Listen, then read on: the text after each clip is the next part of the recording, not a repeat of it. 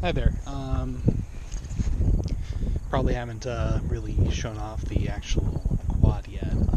I know that some people don't really like 3D printed frames, but I tell you what, makes crashing a lot easier. um, so this is the Peon 230 that I built. Really, surprisingly sturdy considering how much I've crashed it.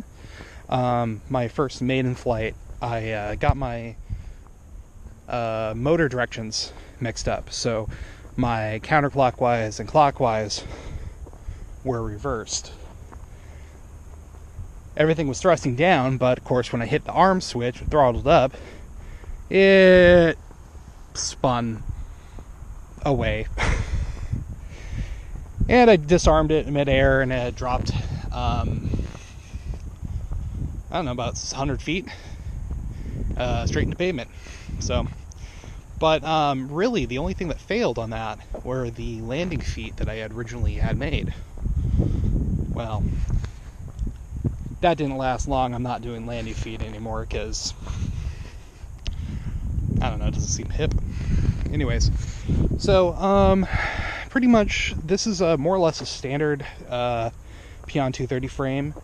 The only changes I made really are the top plate added SMA connector and the little guard for the XT60 connector on the sides there, just because the battery that I have, the largest capacity I have is about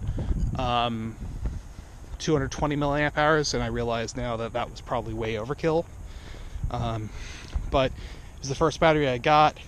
The second battery I got was a 1100 milliamp hour, cheap Banggood, like Zot Power branded, and those are usually my really short runs, like less than 2 or 3 minutes when I'm really pushing it. I won't be buying those again. I kind of settled for some 1500 milliamp hour batteries that I'm actually going to get in today.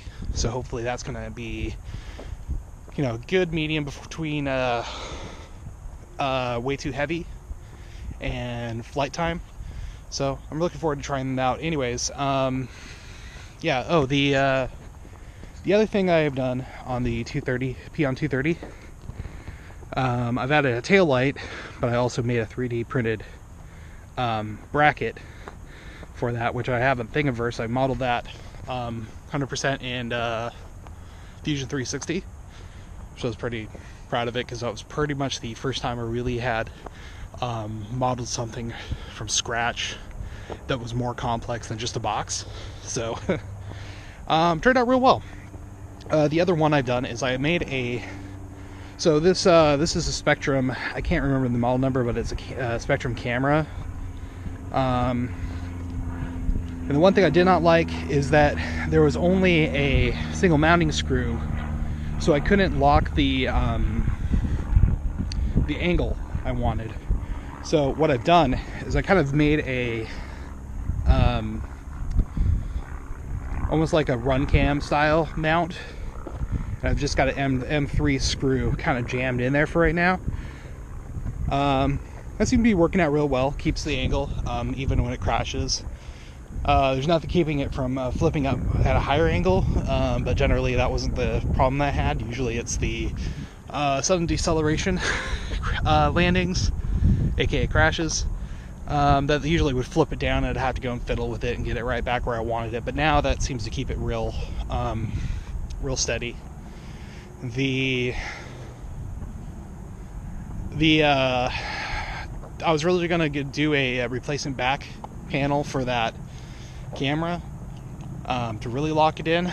I just haven't gotten around to modeling it, and the M3 screw just seems to be doing just fine. Anyways, so this is the flying spot I like to go to. So yeah, it's actually a old golf course. A lot of people take their dogs out, but there's a lot of open space. I guess they're doing some like truck driver training or something. They're driving some vehicles around. This land is actually owned by the the county, or not the county, the city.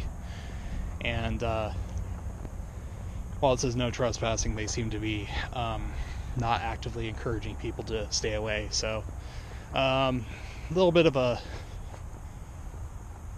not okay there in terms of having permission to fly, but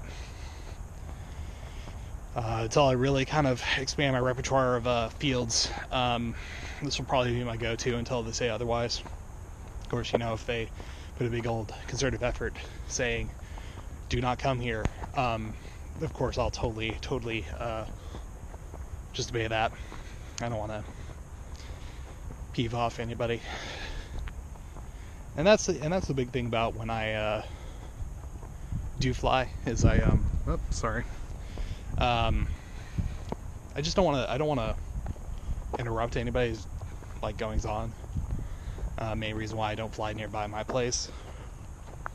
So yeah, rambling's over.